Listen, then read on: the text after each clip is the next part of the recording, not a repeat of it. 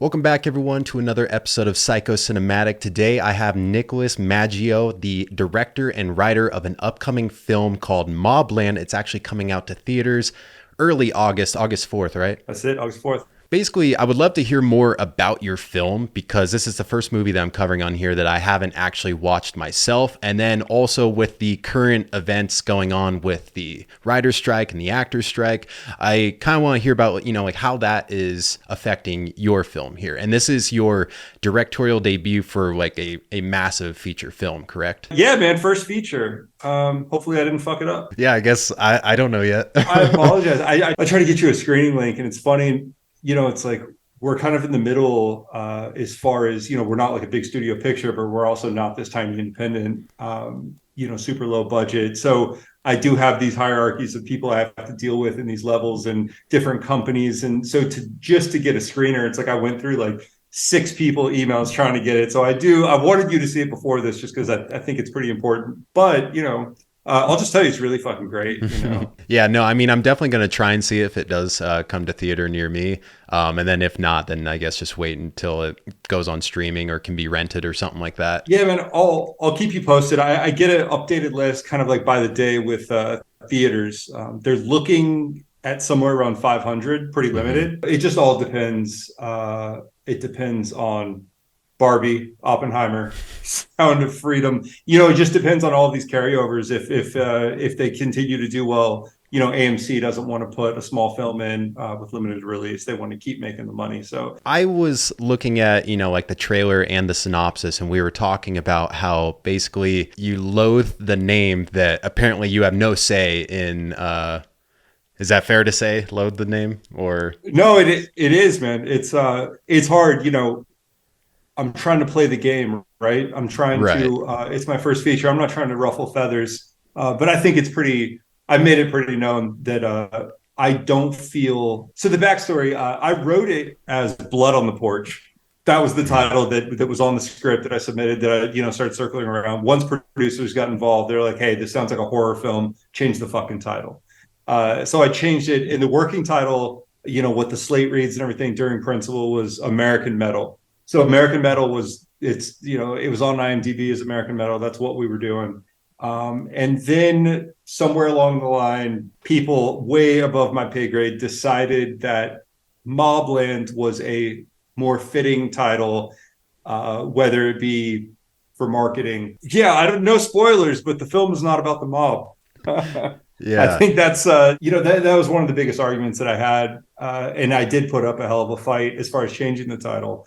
But it's I truly got to trust that people know more than I do, and nobody wants to see this thing not perform or not do well. So the people who did change the name, I got to believe that they did it because they truly think it's a better title for the film and for the market and demographics. Yeah, so that's the interesting thing is like the people who changed the name probably have made tons of movies by now, and they probably do understand how those little tweaks affect things, how many people you can get in the seats of the theaters. It makes me wonder, are you just pissing off the people who go to see it because they think it's going to be like a mob movie and then it's nothing like that? Are you just like basically clickbaiting them into watching a movie? You tricked them to get into the theater. No, it's valid, and that's something that I was concerned about. But it's the trailer, it's the way it's marketed. It's and how many times have we seen a movie where it's like, whoa, that's not exactly what I thought it was going to be? And their job as for distribution, their job is to put asses in seats and get people to watch it.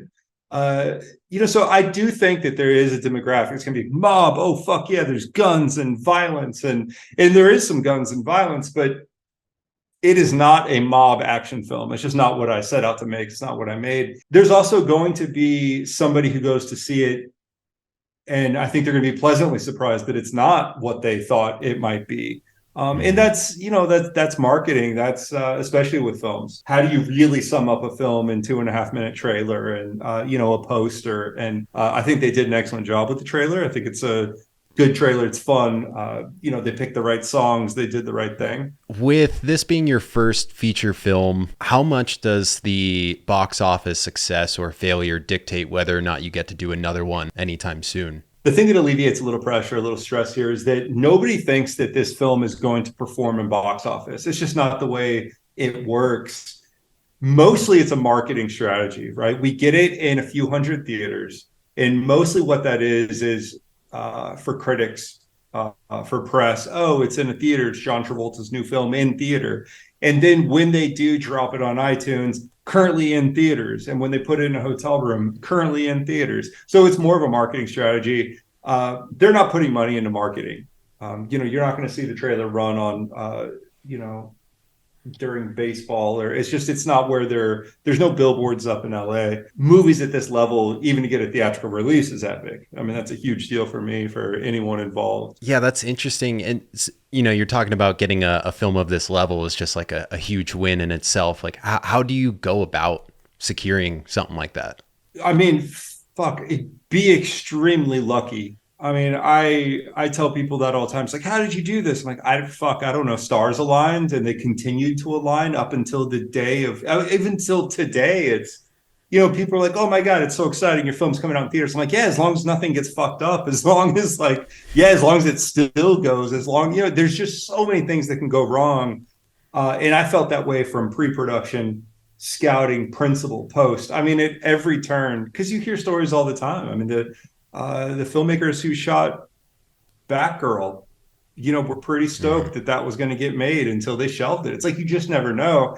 I'm not a pessimist, I'm a realist, but I also know how heartbreaking this industry can be. No, I'll give you the really quick version. I'll be as fast as possible, right? High school, I wanted to be a photographer. It's all I wanted to do. I was shooting all my friends' punk rock bands and everything. So, went to school, couldn't get into a real college because I just sucked at school outside of creative. Went to Santa Barbara City College.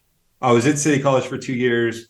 I met a friend who was doing interior design. I got into interior design, furniture design. So I put together this whole portfolio to get into interior design school in LA. I got in. When I got there, they changed the major. They changed the curriculum to be more architectural based. I was like, fuck, I don't want to do that. So I got into graphic design. I got a job with Shepard Fairey, who's the Obey giant. You're maybe too young. It's always like the older guys who get that. But he was like a pretty epic street artist and everything. So I got a job with him. I got recruited by Abercrombie and Fitch. I was a designer that got me into fashion. I started doing work, men's fashion. I quit Abercrombie and Fitch to be a writer, because during that time, this was mid 2000s. I was like, fuck, I had kind of discovered writing. I discovered scripts, and I was like, this is like weirdly my calling. I think I want to do this. So I quit my corporate job to be a writer, and then 2008 hit, and it was like, oh fuck, nobody was spending money. So I was skipping rent. I had nothing. During that time, right before 2008, I had written a couple scripts. I had a writing partner. I hooked up with this producer through a writing partner. We adapted a short story into this horror film. Nothing to write home about, but we were getting a little work. Fast forward 6-7 years, I had gotten back into photography. I was a commercial photographer and commercial director. I was having a decent career doing that. Still writing, still playing around with some shorts. And COVID hit. Well, when COVID hit, I was like, well, shit, I'm just going to knock out these scripts that I was thinking about. I'm just going to buckle down. I got nothing else to do. Nobody's working. I'm going to write these scripts. So I wrote one really quick. I got this random text message that said, I got this Bruce Willis film you'd be great for. I was like, what the fuck? It was a 310 number, no clue. So I responded. I was like, funny enough, I got a script he'd be great for. This is during COVID, before any of the stuff came out about Bruce. Anyway, long story short, the text message was to the wrong Nick. The text message was from this producer that I had written for like 12 years prior. And in fact, the film that I wrote got made with Jesse Metcalf, but I had been written off of it. My writing partner and I had been written off. They had made so many changes, so I didn't care. But my writing partner at the time had gone on and threatened to sue him for the money, and it got a little nasty. Well, I was nothing to do with that. So basically, this random 310 number texted me back, was like, no, I don't want to get sued. Not going to happen. I'm not going to read your script. So for 6 months, I texted that dude back. every couple of weeks, I was like, did you read the script yet? Did you read it yet? You want me to come over and read it for you? What's going on? And I just Hmm. kept pounding him. And, you know, he was always just like, yeah, not going to happen, bro. Yeah, not going to read your fucking script. And literally 6 months later, he wrote and said, I read it. I want to make it. So that's how it all started, That's is off of crazy. a wrong text message, wrong number. So you weren't kidding about luck. Oh my God. Like what are the chances? And even the day before principal, that dude called me and he was like, can you believe this is all because of a wrong number? Like, that's funny. That's Uh, crazy. and that was even a completely different script anyway. Yeah. Yeah. Hmm. I mean, that's a pretty fun story. It's just so ridiculous that that happened. But I mean, that's what happens in this town. You know, it's like Yeah. you can fight and you can you know, try to get it to the right people and enter contests and whatever, or you can get a wrong text message. American Metal or Blood on the Porch or Mobland, I actually wrote in 4 days. I wrote that Hmm. script in 4 consecutive nights. Dang. I sent him the rough draft and he was like, yeah, I want to make this too. And man, from the time I sent it to him, 6 months I was in pre-pro. Like, I wrote that script and 6 months later we had actors and we were in That's pre-production in Georgia. It crazy. was wild, wild. Wow. So when you were writing it, did you imagine John Travolta playing your sheriff? No, I do. Every time I write a script, I think about actors, whether or not they're, you know, it's even possible. But just for me as a writer, I want to, I need that just to have it in my head. Their mannerisms, even I'll base it off of people, and sometimes it switches throughout the script. It'll start Hmm. as somebody, and then it'll change. But this one, actually, the sheriff Travolta, I wrote that for Bruce Willis, knowing that the Mm. producer had these connections to Bruce. And like I said, it was before everything came out with his yeah, what do we even say? His Yeah. Alzheimer's. I don't think it was Alzheimer's, whatever it was. I even the producer had me come to set to meet Bruce and his people because he was doing one of his final films when we still thought there was you know, there was a chance that he could play it when we were in talks. And I went there and Bruce was incredibly lovely. His people were great. But it was pretty clear that I was like, oh, he's not going to be able to do this story. The producer sent it to Steven Dorff. I'd never met Steven, never talked to him. You know, I know Steven through, you know, True Detective, through somewhere. You know, I'm a fan of Steven's. So Steven calls me and was like, all right, what's the deal? It's a good script. So what? You know, he's kind of like, what else you got? Like, what? How are you going to do this? How are you not going to fuck this up? Hmm. So we talked, and Steven actually was like, all right, so I like it, but I don't know if I want to be the antagonist or the protagonist. He's like, I don't know which role I want. He's like, I love both of them, which I thought was really funny because at that point I was like, well, he's obviously the bad guy, like Stephen fucking Dorff. Yeah. And I said, well, you know, I appreciate that. I said, but, you know, I got an actor in mind that I really want to play Shelby. And he was like, well, who? I said, Shiloh Fernandez. He was like, yeah, fuck yeah, that's it. That's done. Yep, yep. I'm Clayton. He's Shelby. Let's go. And Hmm. funny because he called the producer right after our phone call, and the producer called me. He's like, "Bro, what the fuck? You told him that you know, you don't want him to be a character when he said he might want to be the lead." And evidently, Steven had told Corey, the producer, he was like, "Man, that was pretty ballsy of Nicholas to say, you know, I don't want you to play this role. You want to. I got this other guy." And he's like, if he would have said an actor I didn't agree with, he's like, I would have fucking bailed. There's no way. He's like, but he said Hmm. Shiloh, and he's like, I thought Shiloh was so perfect that I was like, all right, fuck, I can trust this guy's taste level. I can do it. And from that moment on, Steven was signed in. Like, he was locked Dang. in. And Yeah. Steven's the one who got it to Travolta. Hmm. That's So cool. Steven, yeah, Steven sent it to Travolta. Travolta read it.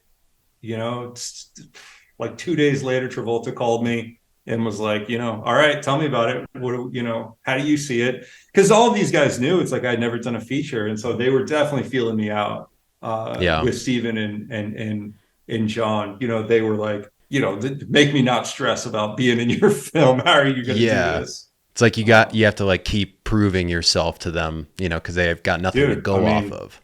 do nothing. I had this short reel with a music video, two music videos I did, pieces of a short film that I never put out because I thought it sucked. You know, it's like I barely had anything. And Yeah. the only reason the producer really went to bat for me is because I sent him a music video. A buddy of mine, we shot it in literally like 14 hours overnight with two cameras. I sent it to him. He's like, if you can do this with two cameras in one night, like that's all I need to know.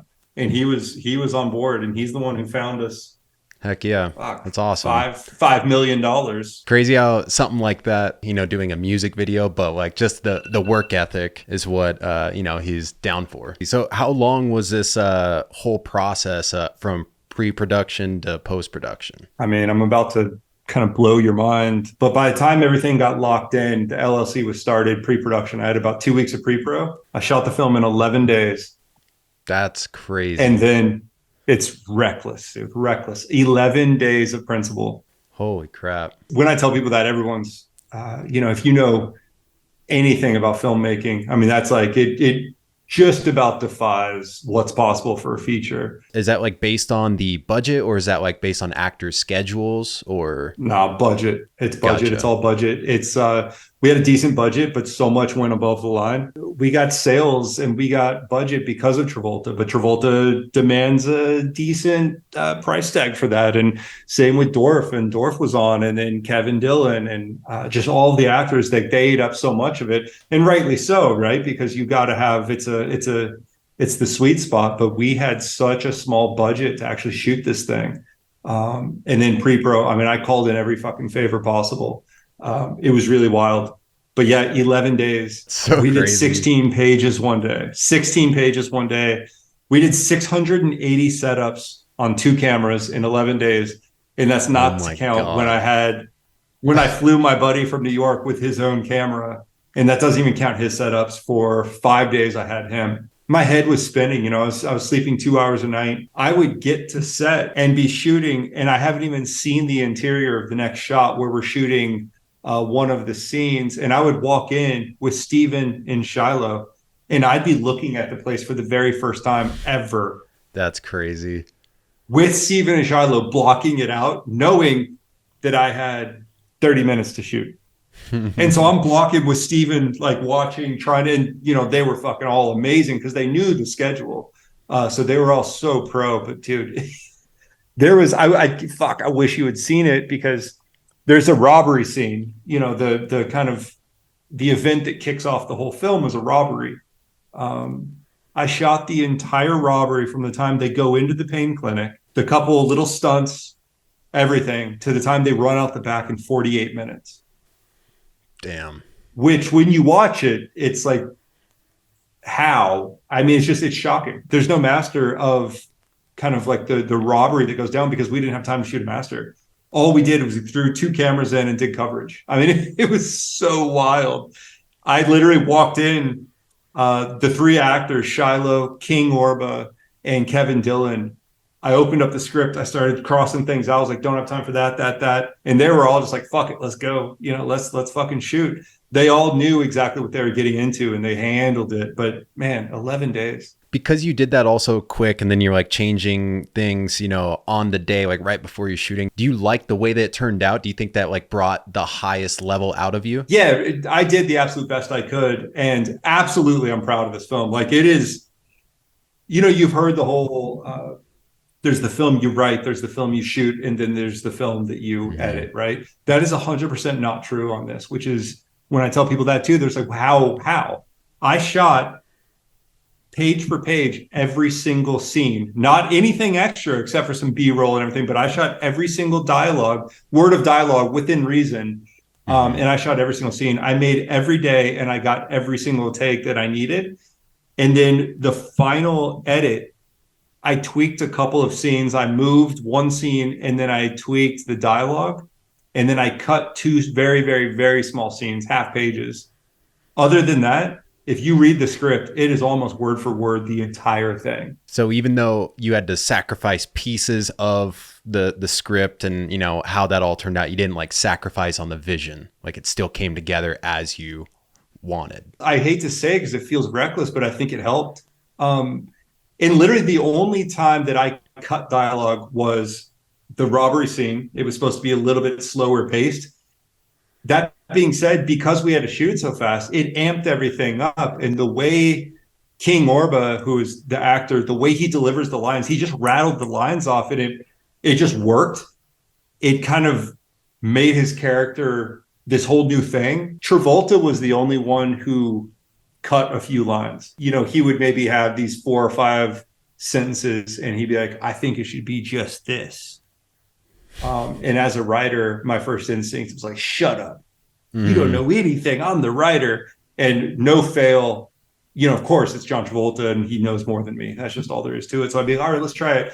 And man, he would do it first take. I'm like, yeah, you're absolutely right. Cut those lines. Yeah, I mean he's a Hollywood legend, and I would assume that he's learned a handful of tricks of the trade and like how to deliver things the best, how to streamline everything. So that's super Dude, cool. I mean, he's used to studio pictures, right? He's used to having all day to shoot a 5 minute scene, and that's just what it is. But he also understood the time crunch. He understood what we were trying to do, which was great. And I've been telling this story. There's a few things that I got the cans on. I'm buried in the monitor. I'm so focused when, especially on some of these heavier scenes with John, he would make these decisions, right? He would do something like physically. And I remember one in particular, but he would do this thing. I'm like, oh, chill, JT. I can't wait to cut that. That's a bit much, dude. And that fucking thing made it into the movie. Because like he just read the scene, he knew his character, and he would do this thing physically, and it just fucking worked. So at first you didn't think it worked, and then later when you watched it back, you're like, oh my god, that's great. Yeah, I wrote it a specific way. I saw it in my head a specific way. I saw Mm-hmm. John doing a specific way. It's what we talked about. It's what we blocked. So in the moment, he just felt his character would do something different, and he did it. And so for me, I was like, "Oh, what the fuck? That's overacting. What are you doing?"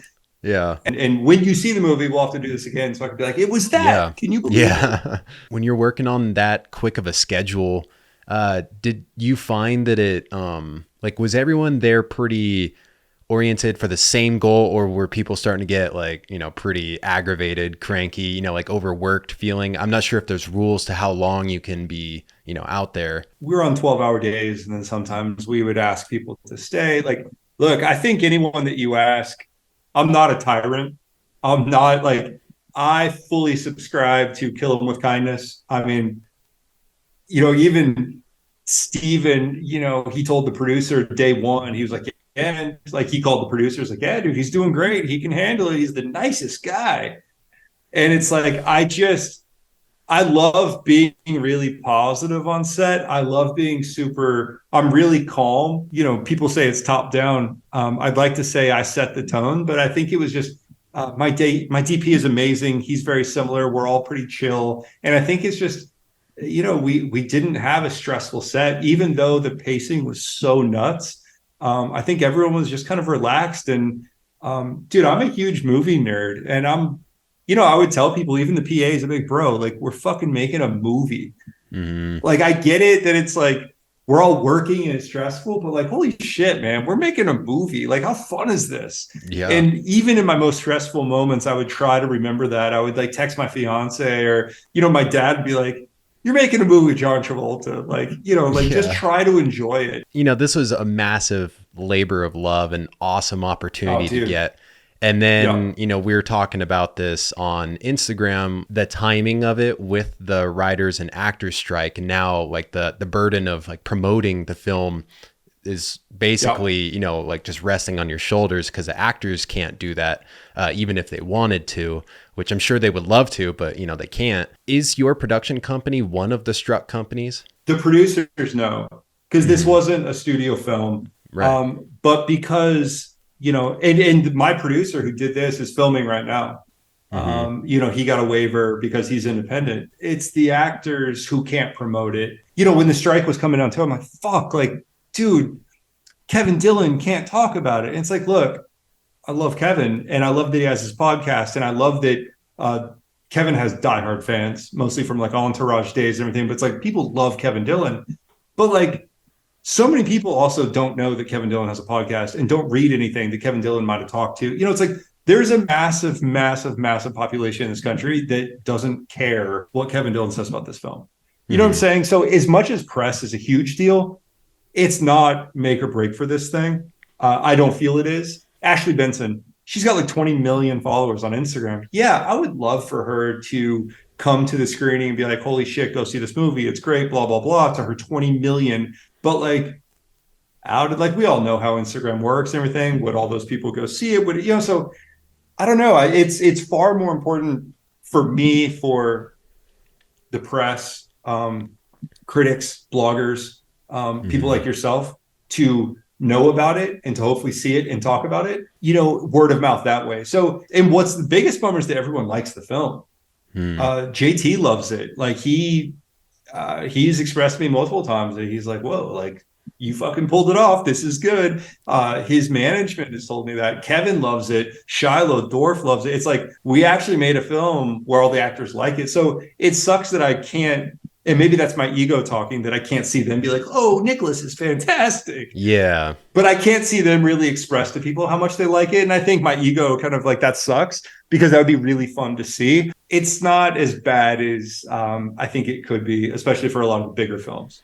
Right. But then they have marketing budgets. So I'm glad you can look at it that way, because when I first was hearing about the strikes, I was like, okay, like that makes sense. You want fair pay and all that stuff, like totally support that. And then I started thinking about those consequences. I was like, man, how shitty would it be to have like your first film come out right now and then no one hears about it? And then I saw your message and so I'm really glad that, you can look at it glass half full. And I agree with you. I don't think it will make or break the film. Sure, it would help. And, maybe like having people brag about, like what you did would, help you secure the next film. But I mean, letting the product speak for itself should definitely suffice. Walking into this, I was like, it just can't suck. And this was me during even pre-pro. I was like, it can't suck.